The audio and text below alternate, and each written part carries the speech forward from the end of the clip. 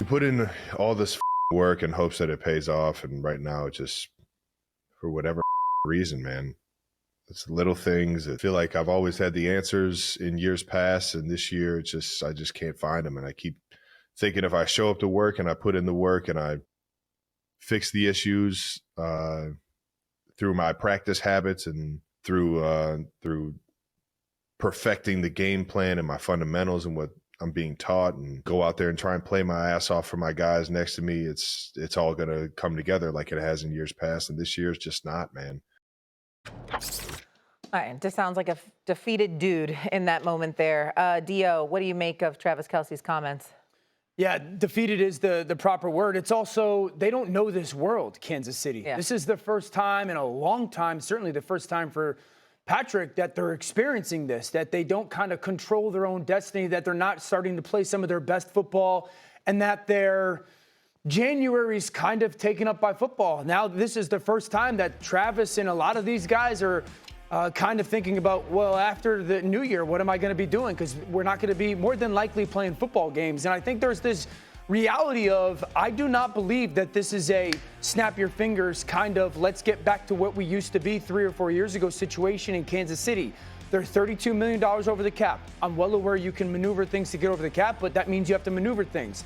There's questions about Travis's future. There's questions about Chris Jones, who hasn't necessarily played to his level. He was outstanding on this past game Sunday night against Houston. So how do they kind of generate some of those parts and get back to their dominant brand of football? Because this is 2 years in the making of them being good, but not good enough at times. Stephen A? It's over. This is it. The end for Travis Kelce has arrived. We don't say that insultingly. We don't say that in any denigration. This is my brother from another mother. I've known him for years. Got mad love for Travis Kelce. He's confessing to you publicly he's not what he used to be. And he's trying to figure out, and you guys know this a lot better than me, you know, this slippage, and you're trying to figure out how to offset that slippage. And one could easily argue and surmise that he would have retired after last season had they won the Super Bowl. But that pride that exists in this 3-time Super Bowl champion, who's a surefire first ballot Hall of Famer, one of the greatest tight ends in the history of football, said, I can't go out like that. It wasn't that you lost the Super Bowl, it was how you lost the Super Bowl. We have to remember that the Kansas City didn't lose. They got their ass kicked. They got stomped.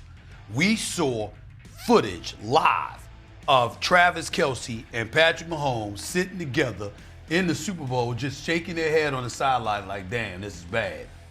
In the third quarter, that's what a romp, that's how much of a romp it was on the biggest stage in football. And he said, I'm not going out like that. So he wanted to come back this year and give it one more try. But in response to doing that, you're talking about 6 dropped passes recently. You're talking about 60 receptions on the season, 13 games in, when he had 97 receptions in 3 more games last year. You see, and that was slippage in a lot of people's eyes. So it's just looking at your own mortality and understanding who you were and what you once were and recognizing the fact that that is no more. And now he's wondering how much of a help he is to the team. And that's got to be a painful, painful situation for him to be in, emotionally. Travis Kelce is coming to grips with the Kansas City Chiefs not being good enough, which is something he hasn't felt throughout his tenure with Andy Reid and Patrick Mahomes. They've always been good enough. They've always been good enough to just find a way. They've always been good enough to win the games that are important. They've always been good enough that even when we don't look our best, we're better than 99% of the world. And that's because they're 2 of the greatest players that have ever played this game. 2 of the greatest players that have ever played their positions, along with Chris Jones, who is one and the same with them, along with Andy Reid, who was a Hall of Fame coach before leaving Philadelphia. He just needed the rings to prove it. But I will say this and ask this question. Stephen A., do you believe that Tyler Warren is a good football player, the tight end from Indianapolis Colts? I apologize, RC. I did not hear you because the producer was in my ear while you were asking that question. Yeah, Repeat it, please. Yeah, do you believe that Tyler Warren is a good football player, the Indianapolis coach tight end, the rookie? Yes. Right. He got 60 catches, 699 yards, and 4 touchdowns. Travis Kelce has 60 catches, 727 yards, and 5 touchdowns. Travis Kelce is not done. Travis Kelce isn't what he used to be, and sometimes that's when the greats have to step away. When Troy Polamalu or Ed Reed can no longer take over a game, you walk away because you can't be what you once were. You don't walk away because you can't produce. You don't walk away because you can't be successful. And I do believe that when you get to that point where you know you can't do it, it doesn't hurt as bad. You don't sit on the sideline and have that look of disgust with yourself on your face for dropping the football that was thrown behind you because you know you can't do it anymore. Travis Kelce can still do it, which is why I believe he's struggling with not being able to find a way to find the answers. Yeah, but it's not. What I'm saying is I'm not debating his skill set and what he still has left. I'm talking about what he believes about himself. It's like, it's hard.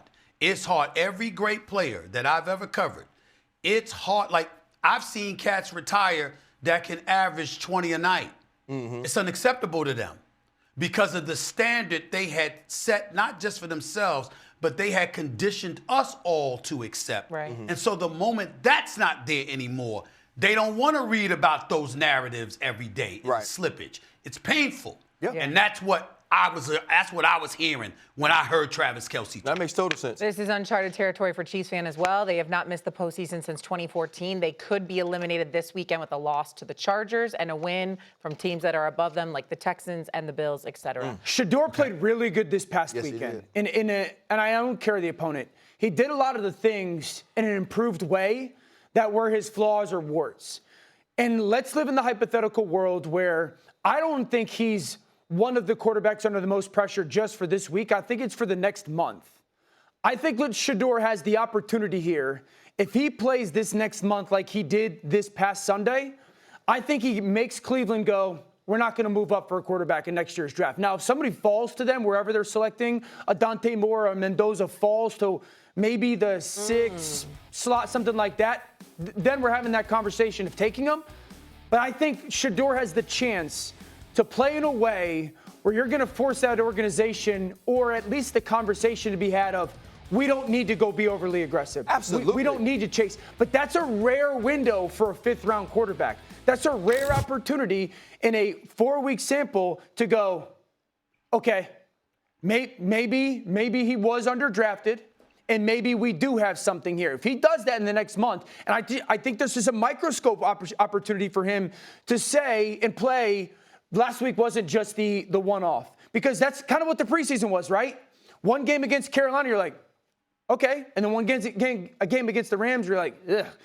Can he stack another game on top of another game on top of another game? Well, I think the other thing is, too, it shows that Shedeur Sanders earned that opportunity. Sure. Because let's be honest, it wasn't in the Cleveland Browns' best interest to elevate this 5th-round quarterback. You drafted Dylan Gabriel in the 3rd round. You acquired 2 veteran quarterbacks in the offseason. So he had to earn this opportunity. And you talk about the uneven play. There were signs against the Las Vegas Raiders that were things we hadn't seen from either quarterback that played prior or previously for the Cleveland Browns. And there was some struggles against the San Francisco 49ers. And then you watched him against the #1 overall pick, who was probably facing a better defense. And Shedeur Sanders outplayed him.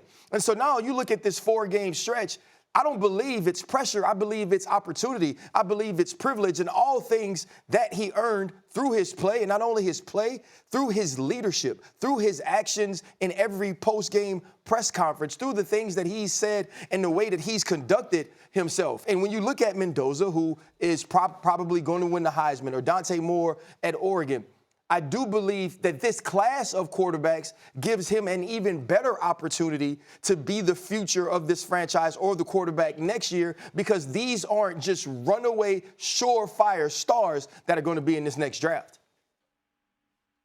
Stephen A?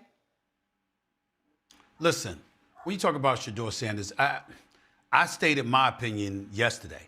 I don't want him in Cleveland. I don't trust him in Cleveland. I think that there's too much that has happened. There's been too much resistance.